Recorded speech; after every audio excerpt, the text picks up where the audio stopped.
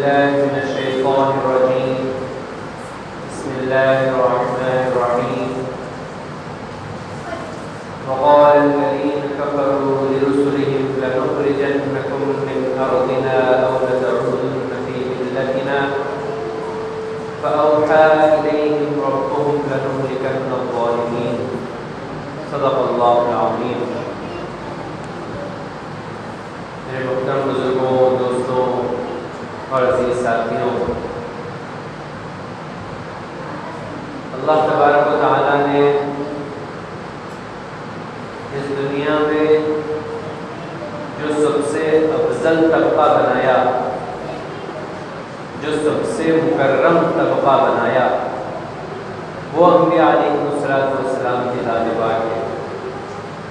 انبیاء علیہ السلام تمام انسانوں میں سب سے افضل طبقہ ہے، اللہ کا سب سے مکرم طبقہ ہے۔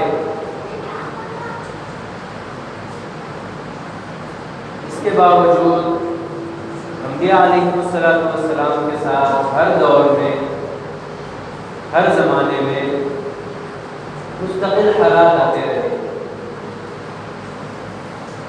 ہر قوم میں جب ان کے نبیوں نے ان کو دعوت دینی شروع کی،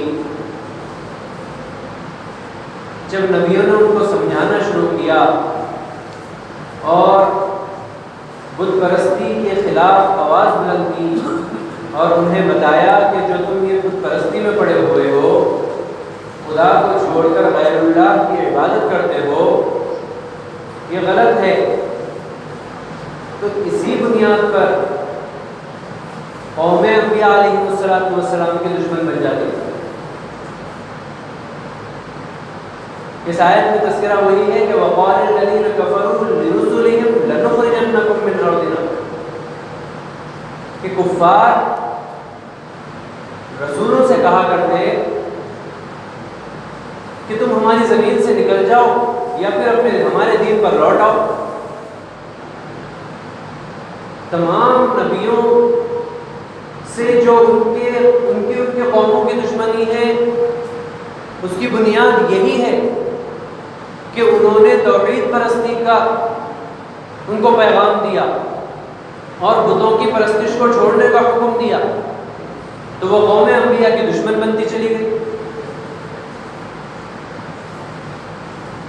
اور ان پر ظلم شروع کر دیا۔ کوئی کسی طریقے سے ستاتا، کوئی کسی طریقے سے ستاتا۔ تو بات سمجھ میں یہ آئی کہ اللہ تبارک و تعالیٰ کا پیغام، اللہ تبارک و تعالیٰ کا دین، اللہ تبارک و تعالیٰ کی شریعت کا جب دامن تھاما جائے گا تو تم پر آزمائشیں ضرور آئیں گی۔ کوئی اور وجہ نہیں تھی انبیاء سے ان کے قوموں کی دشمنی کی۔ ہر نبی کی یہی کہانی ہے کہ انہوں نے دین کا پیغام پہنچایا، توحید کی دعوت دی اور قوم ان کی دشمن بن گئی۔ جناب رسول اللہ صلی اللہ علیہ وسلم کے ساتھ کتنے حالات پیش آئے، حالانکہ آپ صلی اللہ علیہ وسلم کو نبوت دیے جانے سے پہلے آپ کا لقب صادق تھا، آپ کا لقب امین تھا، آپ سارے مکہ میں مشہور تھے کہ آپ جیسا سچا کوئی نہیں ہے۔ آپ سارے مکہ میں مشہور تھے کہ آپ کے پاس اگر امانت رکھائی جائے تو اس میں ذرہ برابر بھی کمی نہیں آ سکتی، وہ جو کہ تو آپ کو واپس ملے گی۔ اتنا لوگوں کو اعتماد، اتنا لوگوں کو یقین تھا، لیکن جیسے ہی آپ صلی اللہ علیہ وسلم نے اللہ کا پیغام پہنچایا، توحید کی دعوت دی، تو وہی صادق کہنے والے، وہی امین کہنے والے آپ کے دشمن بن گئے۔ ایسا نہیں ہے کہ وہ صادق اس کے بعد بھی نہیں سمجھتے تھے، لیکن اپنی انا پرستی کہہ لیجئے یا ہٹ دھرمی کہہ لیجئے، وہ اپنے آبا و اجداد کے دین کو چھوڑنے کے لیے تیار نہیں تھے۔ اور جب یہ معاملہ ہوا تو آزمائشوں کا سلسلہ شروع ہو گیا۔ پھر آپ صلی اللہ علیہ وسلم کے ساتھ جو آتا جاتا اس کے ساتھ یہی معاملات ہوتے، کسی کو اپنے گھر چھوڑنے پڑتے، کسی کو اپنا شہر چھوڑنا پڑتا، کسی کو خاندان چھوڑنے پڑتے، کسی کو ماں باپ چھوڑنے پڑتے، محض کس وجہ سے؟ توحید کی وجہ سے، اللہ سے جڑ جانے کی وجہ سے۔ میں آتی ہے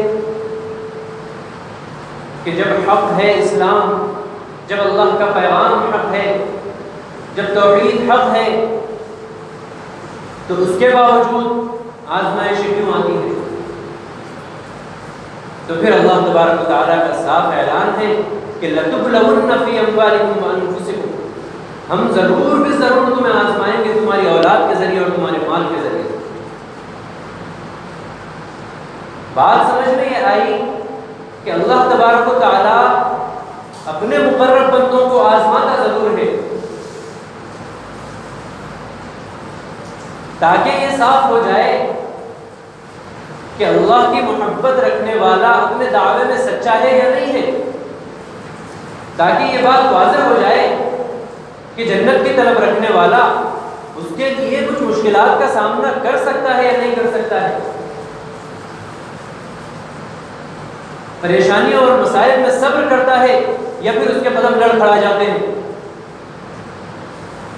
صحابہ کرام رضوان اللہ علیہم اجمعین کے ساتھ کیسے کیسے حالات پیش آئے۔ حضرت بلال حبشی رضی اللہ تعالیٰ عنہ کیونکہ غلام تھے، جب اسلام قبول کیا تو ان کے آقا، ان کے جو آقا تھے ان کو تپتے ہوئے ریت پر لٹا دیا کرتے تھے جس سے ان کے بدن پہ چھالے پھوٹ جاتے تھے، لیکن اللہ احد کا نعرہ ان کی زبان سے نہیں ہٹتا تھا۔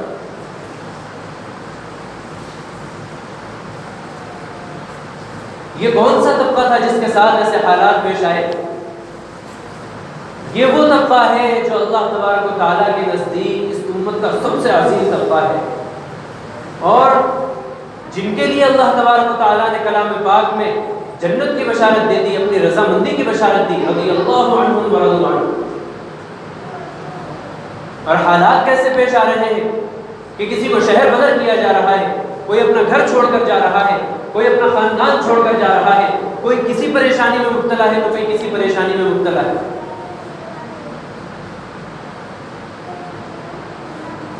اگر حالات ہمارے موافق نہیں ہیں تو اس کا ہرگز یہ مطلب نہیں ہے کہ ہمارے ساتھ اللہ کی مدد نہیں ہے یا ہم حق پرست نہیں ہیں، بلکہ مطلب اس کا برعکس ہے۔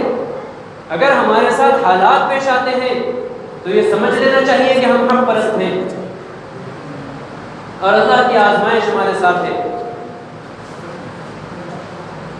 ہاں اتنا ضرور ہے کہ حالات ضرور پیش آئیں گے، مصائب اور پریشانیاں ضرور ہوں گی، لیکن انجام کار اچھا انجام ایمان والوں کا ہوگا۔ چاہے ظالمین، چاہے کفار، چاہے غیر مسلم، وہ بظاہر ہمیں اچھے لگے، بظاہر ان کے حالات ہم سے بہتر ہوں، یا وہ دنیا میں عیش کے ساتھ جیے، یا وہ ہم پر ظلم کریں، لیکن حقیقت میں وہ ناکام ہے۔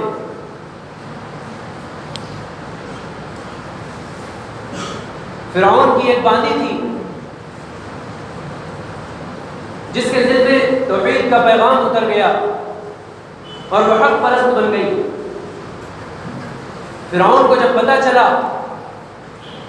تو اس نے دربار میں بلایا اور اس کو ڈرایا دھمکایا۔ اس کی 2 لڑکیاں تھیں، اس نے کہا کہ تو اپنے یہ جو تو نے اسلام قبول کیا ہے، جو تو توحید پرست بن گئی ہے، اپنی توحید کو چھوڑ دے ورنہ تیرا انجام برا نہیں ہو۔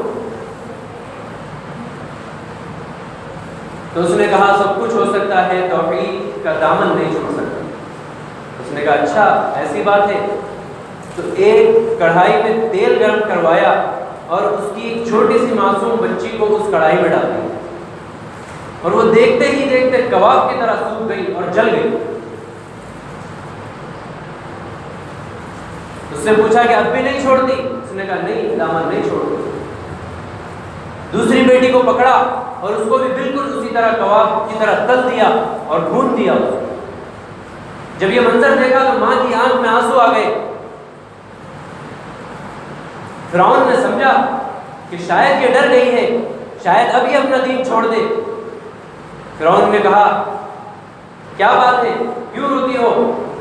کہنے لگی کہ اللہ نے مجھے صرف 2 لڑکیاں عطا کی ہیں، میری تو خواہش ہے کہ اللہ مجھے 100 لڑکیاں عطا کرتا اور اس کے راستے میں اسے قربان کر دیتا۔ فرعون نے اس کو بھی آگ میں جلا دیا، لیکن اس نے ایک وصیت کی کہنے لگی کہ جب ہماری ہڈیوں کو تم نکالو تو یوں ہی نہ پھینک دینا، کسی ایک کونے میں دفن کر دینا۔ تو فرعون نے اس کی وصیت کے مطابق ان تینوں کی ہڈیوں کو ایک کونے میں دفنا دیا۔ جناب رسول اللہ صلی اللہ علیہ وسلم جب معراج کے سفر پر گئے تو ایک جگہ سے گزر ہوا آپ صلی اللہ علیہ وسلم نے حضرت جبرائیل امین سے پوچھا کہ اس جگہ سے یہ خوشبو کیسی پھوٹ رہی ہے؟ تو حضرت جبرائیل علیہ السلام نے یہ واقعہ بیان فرمایا۔ تو پتہ کیا چلا کہ بظاہر تو وہ عورت جو فرعون کی باندھی تھی، توحید پرست تھی، بظاہر اس نے اپنی بچیوں کو بھی گوا دیا، بظاہر خود کی بھی جان گوا دی، اور فرعون بادشاہ بن کے ظالم بن کے بیٹھا رہا اور اس کا تماشا دیکھتا رہا۔ لیکن حقیقتاً کیا ہوا کہ اللہ کے نزدیک وہ قبول ہو گئی، اس کی توحید قبول کر لی گئی۔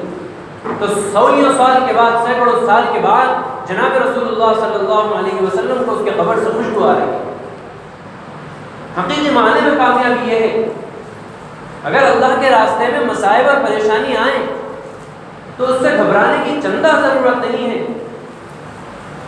اس لیے کہ یہ دنیاوی زندگی عارضی ہے۔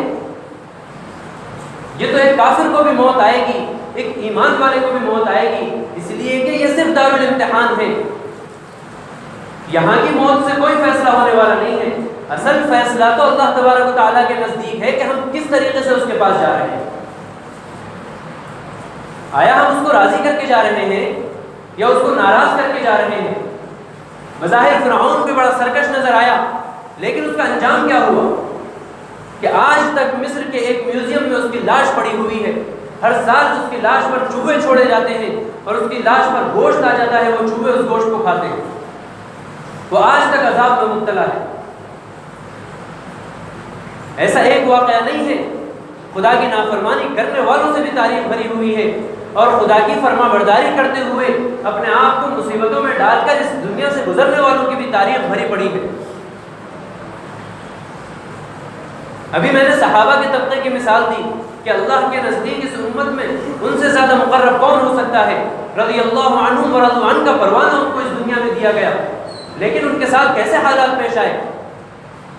غزوہ احزاب و خندق کے موقع پر جب خندق کھودی گئی اور تمام مدینے والے ایک خندق کے اطراف میں آ گئے اور چاروں طرف سے دشمن نے گھیر لیا، ایسا لگتا تھا کہ اب مسلمان بالکل نیست و نابود اور ختم ہو جائیں گے، اور اندر سے منافقین کی چالیں۔ غزوہ احزاب و خندق کا تذکرہ خود اللہ تبارک و تعالیٰ نے قرآن میں فرمایا، اور اس میں صحابہ کی جو کیفیت تھی اس کو تذکرہ، اس کا ذکر فرمایا۔ قلوب الحناجر وتظنون باللہ الظنون، اللہ نے فرمایا کہ ان کے دل پھٹے جاتے تھے اور وہ اللہ کے متعلق گمان میں پڑ گئے تھے۔ ایسا نہیں کہ وہ شک میں پڑ گئے تھے یا ان کے ایمان میں کچھ خلل آ گیا تھا، ان کو یہ گمان ہونے لگا تھا کہ اللہ کے وعدے تو سچے ہیں لیکن ممکن ہے کہ ہم نہ دیکھ پائیں، ہماری نسلیں دیکھیں، ان کو ایسا گمان آنے لگا تھا۔ اور پھر ساتھ میں منافقین جو نقصان پہنچانے کے در پہ رہتے تھے، انہوں نے یہ باتیں اڑانی شروع کر دی کہ ہم نے کہا تھا نبی کا وعدہ نعوذ باللہ جھوٹا ہے، اللہ کا وعدہ جھوٹا ہے، چلو واپس معافی مانگتے ہیں اور اپنے گھروں کو لوٹتے ہیں۔ اس طریقے کی باتیں کرنے لگے، اور آزمائش ایسی کہ کھانے کا سامان ختم ہو گیا اور چاروں طرف سے کفار و مشرکین نے گھیرا ہوا ہے، لگتا ہے کہ بس ابھی تباہ اور برباد ہو جائیں گے۔ لیکن آگے کی آیتوں میں اللہ تبارک و تعالیٰ خود فرماتا ہے کہ ایسے حالات آنے کے بعد ان کے ایمان میں کمی نہیں آئی بلکہ ان کا ایمان بڑھ گیا۔ تو حالات سے گھبرانا یہ ایک مومن کی نشانی نہیں ہے۔ اگر آج ہم پر حالات ہیں، ہم لٹ رہے ہیں اور پٹ رہے ہیں، تو ان کی صرف دو وجوہات ہیں۔ اگر ایک وجہ ہے تو بہت مبارک ہے، اگر دوسری وجہ ہے خدا نخواستہ تو پھر ہمیں توبہ کرنا پڑے گا، اللہ کی جانب رجوع ہونا پڑے گا۔ ایک وجہ تو یہ ہے کہ ہم اپنے ایمان سے پھر گئے، ہم نے اپنا ایمان چھوڑ دیا، ہم نام کے تو مسلمان رہ گئے لیکن جو ایمان ہونا چاہیے وہ ہم میں سے نکل گیا۔ خدا نخواستہ اگر ایسی بات ہے تو ہمیں رجوع کرنا چاہیے اور توبہ کرنی چاہیے اور گڑ گڑانا چاہیے۔ اگر ایسا نہیں ہے اور اللہ کرے ایسا ہی ہو کہ ہم پکے مومن بھی ہیں ہمارے دل بھی اللہ سے جڑے ہوئے ہیں، ہم اللہ سے لو بھی لگائے ہوئے ہیں، لیکن پھر بھی ہم پر ایسے حالات ہیں، تو پھر یہ آزمائش ہے۔ اللہ تبارک و تعالیٰ اپنے نیک بندوں کو آزماتا ضرور ہے۔ جنت اتنی سستی نہیں ہے کہ وہ یوں ہی سونپ دی جائے۔ اگر جنت اتنی سستی ہوتی تو کفار و مشرکین اور صحابہ میں فرق کیا ہوتا؟ وہ کیوں اتنی پریشانیاں اٹھاتے اور اتنی تکالیف جھیلتے؟ تو اگر آج حالات ہمارے موافق میں نہیں ہیں تو بہت ممکن ہے کہ اللہ تبارک و تعالیٰ کی جانب سے یہ آزمائش ہے۔ اگر ہم اس آزمائش میں کھرے اترتے ہیں اور اللہ سے اپنے رشتے کو مضبوط رکھتے ہیں اور اپنا ایمان باقی رکھتے ہیں اور بچا کر رکھتے ہیں تو یقیناً ہمارے دنیا کے حالات بھی بدلیں گے۔ اور اگر اللہ نے مقدر کیا ہے کہ حالات نہیں بدلیں اور ہم اس دنیا سے چلے جائیں تو پھر ہمیں اس بات کا یقین ہونا چاہیے کہ آنکھ بند ہونے کے بعد ہی ایک مومن کی اصل دنیا شروع ہوتی ہے۔ گھبرانے کی کوئی ضرورت نہیں ہے۔ اللہ تبارک و تعالیٰ سے دعا ہے کہ اللہ تبارک و تعالیٰ کہنے سننے سے زیادہ سمجھنے کی توفیق نصیب فرمائے۔ وآخر دعوانا الحمدللہ رب العالمین۔